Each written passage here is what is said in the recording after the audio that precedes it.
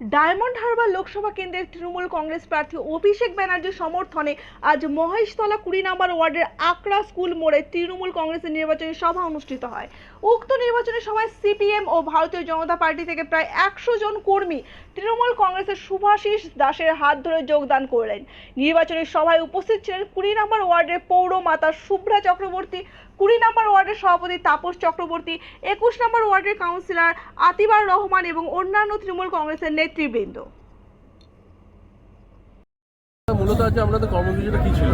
আজকে আমাদের কর্মসূচি নির্বাচনী সভা প্লাস যোগদান সভা, মানে তৃণমূল কংগ্রেসে বিজেপি এবং অন্যান্য দল থেকে সিপিএম এবং অন্যান্য কিছু যুব সম্প্রদায়ের প্রচুর ছেলে মেয়ে এসে আজকে আমাদের এই মঞ্চে এসে তারা তৃণমূল কংগ্রেসে যোগদান করেছে। মমতা যে আদর্শ অনুগত আর আমাদের যিনি এখন সর্বভারতীয় সদস্য অভিষেক ব্যানার্জির এই যে তার কর্ম নৈপুণ্যতা সেটাকে দেখে সবাই এসেছে।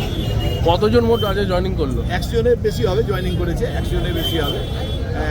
একটা করে গুনে দিত, মোটামুটি যে গুনে যেটা হয় সেটা 100 জনের বেশি, কম বেশি। শুধু কি আপনাদের ওয়ার্ডে? আর আমাদের 2 নম্বর ওয়ার্ডে, অনলি 2 নম্বর ওয়ার্ডে। আপনার নাম? তাপস চক্রবর্তী। তো লোকসভা ভোট, আপনি তো প্রতিটা ওয়ার্ডে গিয়েই তো মিটিং মিছিল করছেন। আজকের এখানে কর্মীদের কি বার্তা দিলেন? আমাদের একটাই কথা, আমরা ধর্ম নয় কর্ম নিয়ে মানুষের কাছে যাব। আমরা এলাকায় যে কাউন্সিলরের নেতৃত্বে অভিষেক বন্দ্যোপাধ্যায় এবং মমতা বন্দ্যোপাধ্যায় যে উন্নয়নমূলক কাজগুলো করেছেন, আমরা প্রত্যেকটা বাড়িতে প্রত্যেকটা মানুষের কাছে পৌঁছে যাচ্ছি, ডোর টু ডোর করছি এবং মানুষকে একটা কথাই বলছি, উন্নয়নের স্বার্থে মানুষ আমাদেরকে ভোট দিন। আমরা কোনো রকম ধর্ম নিয়ে রাজনীতি করতে চাই না। আমরা মানুষের সঙ্গে বিগত মমতা বন্দ্যোপাধ্যায় 2011 সালে ক্ষমতা আসার পর থেকে 13-14 বছর হয়ে গেল মানুষের সাথে আছে এবং যত দিন গেছে তৃণমূল কংগ্রেসের কিন্তু আসন সংখ্যা প্রত্যেকটা নির্বাচনে দেখবেন আসন সংখ্যা কিন্তু বেড়েছে প্রত্যেকটা নির্বাচনে। এরা আমাদেরকে অনেক কলঙ্ক করার চেষ্টা করেছে, মমতা বন্দ্যোপাধ্যায় সাদা শাড়িতে খালি লাগাবার চেষ্টা করেছে, কিন্তু বাংলার মানুষ কর্ণপাত করেনি।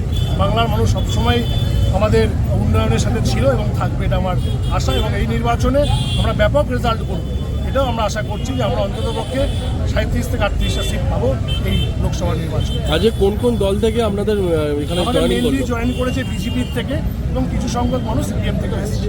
মোট কতজন আছে? আমি যতদূর দেখলাম 110 জনের মতো। এই যে ভোটের মুখে জয়েন করলো, কি বলবেন? এটা তো মানুষ তাদের প্রতি বিতৃষ্ণা। আজকে প্রধানমন্ত্রী বাংলায় এসে কোনো কথা বলতে পারছে না, হিন্দু মুসলিমকে লড়াই করিয়ে দেওয়ার চেষ্টা, বাংলার জন্য কি করবে কোনো প্রকল্প নেই, কিছু বলতে পারছে না। আজকে আপনারা দেখেছেন ব্যারাকপুরে বিজেপি প্রার্থী অর্জুন সিংয়ের ছেলে বিজেপি বিধায়ক পবন সিং, সে একটা রবীন্দ্রনাথের ফটো প্রধানমন্ত্রীকে গিফট করেছে এবং সেটা উল্টো। এরা বাংলার কালচার জানে না, বাংলার সংস্কৃতি জানে না, তো এরা আবার বাংলা দখল করার চেষ্টা করছে। একটা রবীন্দ্রনাথের মূর্তি সে উল্টো করে প্রধানমন্ত্রীকে গিফট করার চেষ্টা করছে। এটাই এদের যে বাংলা সম্বন্ধে কোনো ধারণা নেই, কালচার নেই, সংস্কৃতি নেই, এগুলো দেখলেই বোঝা যায়। তো বাংলার মানুষ এগুলো বোঝে, বাংলার মানুষ আর জাতপাতে লড়াইতে যাবে না, মানুষ কোনোদিন জাতপাতে লড়াইতে ছিল না, উন্নয়নের সঙ্গে ছিল।